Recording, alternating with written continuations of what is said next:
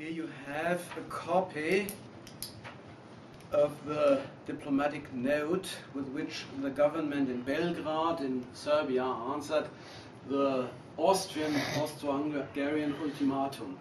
You know that the Austro-Hungarian crown prince had been shot dead by an extremist 1914 in the summer, and therefore, well, in Austria they thought they could trace back the deed to Serbia, to the small bordering state of Serbia, and so they gave an ultimatum to Serbia which was meant to be unfulfillable, so that they might have a decent reason for war. It was answered very prudently by the government in Belgrade.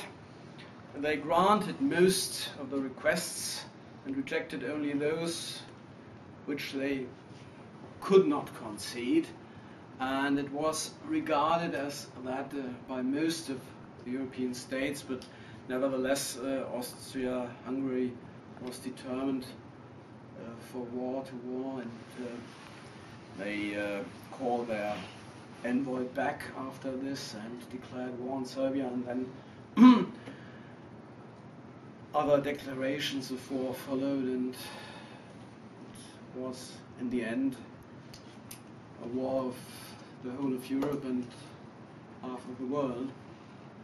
So here are remarks of the German Emperor William II, who at first had been urging Austria-Hungary to be firm and to make an example. Can you say that? Make sure that Serbia in the future would not be able again to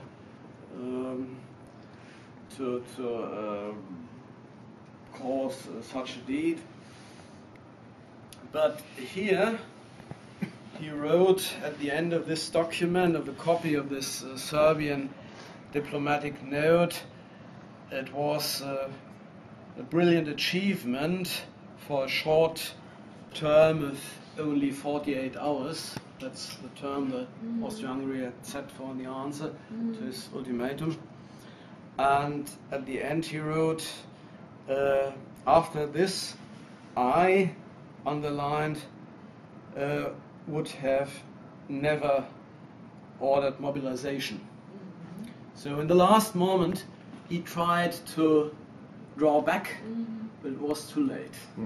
And well, one has to say that in advance he had spoken very differently. And as I said, urged Austria-Hungary into the war.